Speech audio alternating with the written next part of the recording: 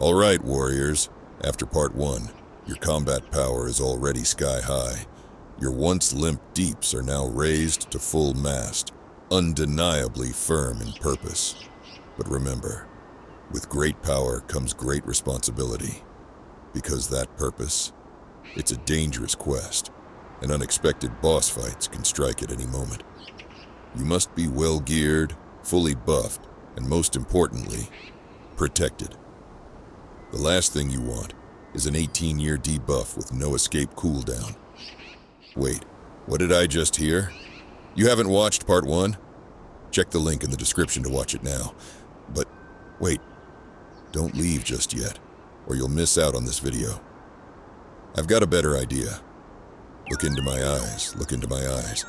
The eyes, the eyes. No, not around the eyes. Don't look around the eyes. Look into my eyes. You're under. What you're about to experience is the most epic Throne and Liberty rune guide that exists on the internets. In just a moment, you'll scroll down to the description, click More, and find the link to my previous video where I break down how to boost your combat power with growth stones and skill growth books, and you'll think, I'll watch that later. Then you'll hit that like button and subscribe to my channel, because honestly, you're fucking awesome. 3, 2, 1. You're back in the room. Now that we're all locked in, I'm Dumbs. And let's dive deep into the world of runes and break down exactly how to push your build to its absolute limit. Step by step. No fluff, just power. Runes are one of the most powerful ways to enhance your build in Throne and Liberty. Unlike growth stones, which level up your gear, runes let you fine-tune your stats, giving you more control over how your character performs in combat. They can be slotted into weapons and accessories, providing various boosts. To fully harness their power, you'll need to unlock rune sockets. Choose runes with the right stats, and find the best combinations to take advantage of synergy bonuses, which we'll cover in this guide. Now, let's start with the 3 main types of runes currently available in the game. Attack runes, represented by a red triangle, are all about offensive power. They increase damage output, critical hits, and skill effectiveness. Some attack runes boost raw weapon attack, while others enhance skill damage, critical rate, or heavy attack power. Defense runes, marked by a blue square, focus on survivability. They increase max health, improve evasion, and reduce incoming damage.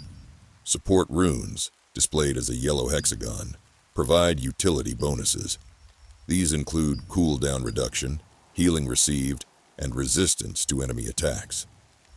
So, where do these runes go? Every rune has an equipment icon in the top left corner, indicating where it can be socketed. A weapon icon means it can only be placed in a weapon slot, while icons for a necklace, belt, bracelet, or ring mean the rune is specifically for that accessory. Before you can equip any runes, you'll need to unlock the rune sockets on your gear. This process requires specific steps, which we'll cover in the next section. The first step is accessing the Rune Management panel. Open your inventory, and on the bottom left, click on Rune Management. At first glance, this panel might seem overwhelming, but don't worry. We're going to break it down step by step. On the right-hand side, you'll see your inventory, but only the items that support runes will be highlighted. As I mentioned earlier, runes can be slotted into weapons, belts, rings, necklaces, and bracelets. Now, select the piece of gear you want to add runes to. On the left-hand side, you'll find the Rune Management panel. This section displays your selected item, along with any locked rune slots. Meanwhile, the right-hand section shows Rune Effects and Rune Synergy. These are extremely important, and I'll explain them in just a moment. For now, let's unlock a rune socket. Click on a locked rune socket, and a new panel will pop up with 3 choices: Attack Rune Socket, Defense Rune Socket, and Support Rune Socket. Keep this in mind for later. For now, go ahead and click Cancel. Now, before unlocking the sockets, let's go over Rune Effects and Rune Synergy, because understanding these mechanics will help you make better choices when slotting your runes. Earlier, we talked about the 3 rune types: attack, defense, and support. Each rune also has an equipment icon that indicates where it can be placed. Now, this is where things get important. Not all attack runes provide the same stats, and the same applies to defense and support runes. Let's look at an example. Find a weapon attack rune and click on it. You'll see the specific stat this rune provides. Now, click on the Rune Info button. This will show you all the possible stats that can roll on a weapon attack rune. Now, close that window and select another attack rune, but this time, choose a ring attack rune. Click on it, and again, you'll see the stat it gives. Now, click on Rune Info again, and you'll notice something interesting. The stat pool for a ring attack rune is completely different from the stat pool of a weapon attack rune. This is because the stats a rune can roll are determined by its slot type, whether it's a weapon, ring, necklace, belt, or bracelet.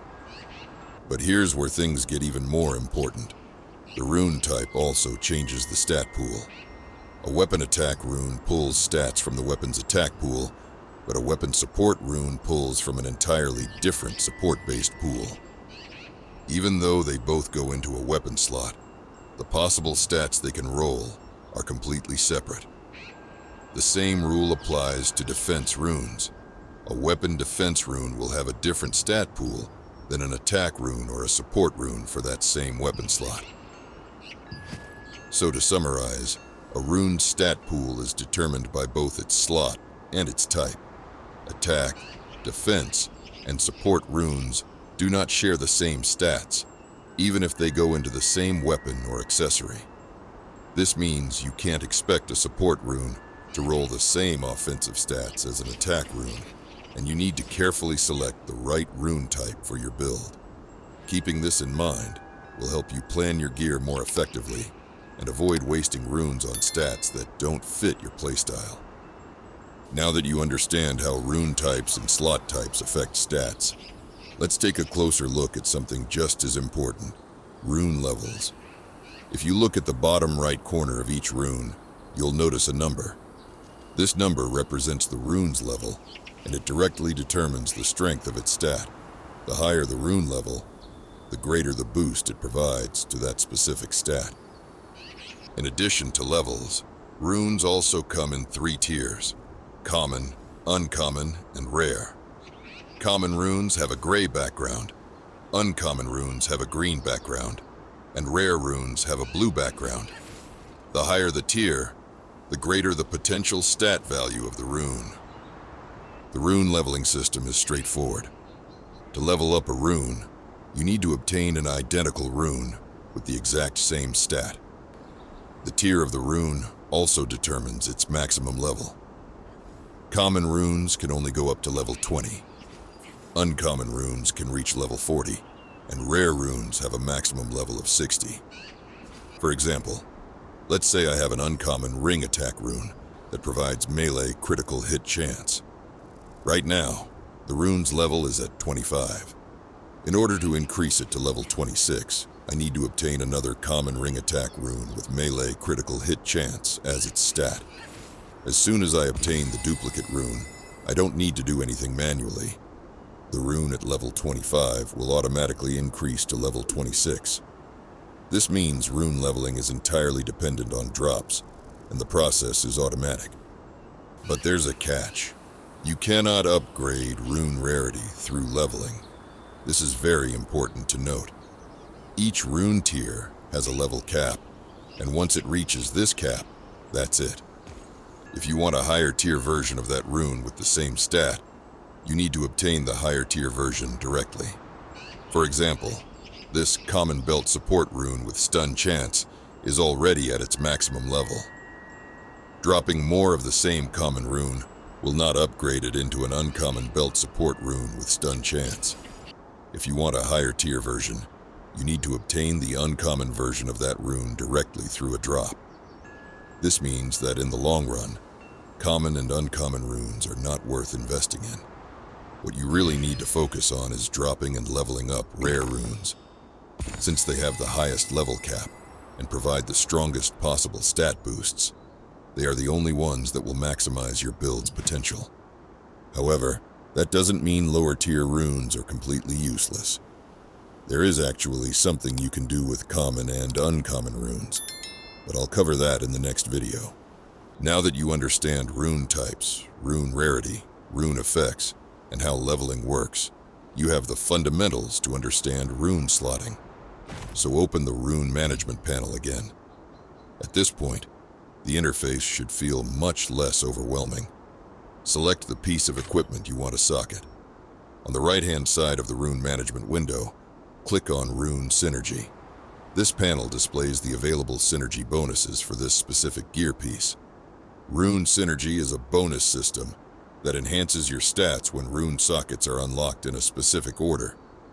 If you follow the correct sequence, synergy bonuses will activate, giving you additional stat boosts. However, if you unlock the sockets randomly, you will not receive these benefits. In the Synergy List panel, you will see different unlocking combinations along with their effects. The stronger the rune rarity, the better the synergy bonus it provides. Since we already established that common and uncommon runes have limited level caps, your goal should be to aim for the highest rarity synergy. For example, let's say I want to unlock the rune slots on this piece of equipment. I click on Rune Synergy to check its synergy list, scroll down to the rare rune section, and decide to follow the first synergy pattern listed. If that synergy requires the first socket to be attack, the second socket to be defense, and the third socket to be support, then I need to unlock the rune slots in that exact order to activate the synergy bonus. Let's do it step by step. Click on the first rune slot and select Attack Rune Socket, then Confirm. Click on the second rune slot and select Defense Rune Socket, then Confirm. Click on the third rune slot and select Support Rune Socket, then Confirm.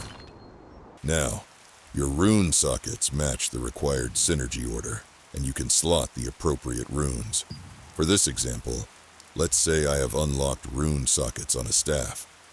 At the bottom section of the rune management window, you will see all the runes you have collected that can be socketed into a staff. Let's slot some runes to see how it works. First, I will select any red staff rune and slot it. Next, I will do the same for a blue rune and a yellow rune. Now, look at the right-hand panel of the rune management window. Under Rune Effects, you will see the individual effects of the slotted runes. These effects become stronger as the rune level increases. Right below that, you will find the Rune Synergy bonus. This section confirms the synergy bonus you have unlocked based on the specific rune combination you used. Unlike Rune Effects, Rune Synergy bonuses do not scale with rune level. The bonus you receive is purely based on the rune sequence and rarity, not the level of the runes themselves. Having said this, you don't have to follow the synergy sequence if you don't want to. You have full control over how you unlock and assign your rune sockets based on your build and playstyle. For example, let's reset the rune sequence. I'll remove the equipped runes, then click on the hammer icon under the first rune socket and change it to a support socket. I'll do the same for the other two sockets. Now, instead of following a specific synergy pattern, I have all three sockets assigned to support runes. As you can see, this removes the synergy bonus because the rune order no longer matches a synergy pattern. But this setup can still be useful if you want to stack 3 support runes to amplify their effects. Instead of focusing on synergy bonuses, you can prioritize individual rune stats that fit your build. This flexibility lets you customize your setup, whether you want to maximize synergy bonuses for extra boosts or stack specific rune effects to enhance certain stats that match your strategy.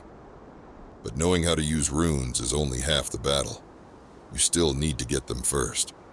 In the next video, I will be covering all the different ways to obtain runes, including how to recycle common and uncommon runes, so they don't go to waste. If you want to get the best runes as efficiently as possible, you won't want to miss it. If this guide helped you out, hit that like button and subscribe. It not only supports the channel, but it also helps more players like you find this content. And now, I want to hear from you. Drop a comment below and let me know your biggest challenge in Throne and Liberty. Is it gearing up, combat strategies, or boss fights? Whatever it is, let me know. Your feedback helps shape future guides, and I always read the comments. Thanks for watching. I'm Dumbs, and I'll see you in the next video.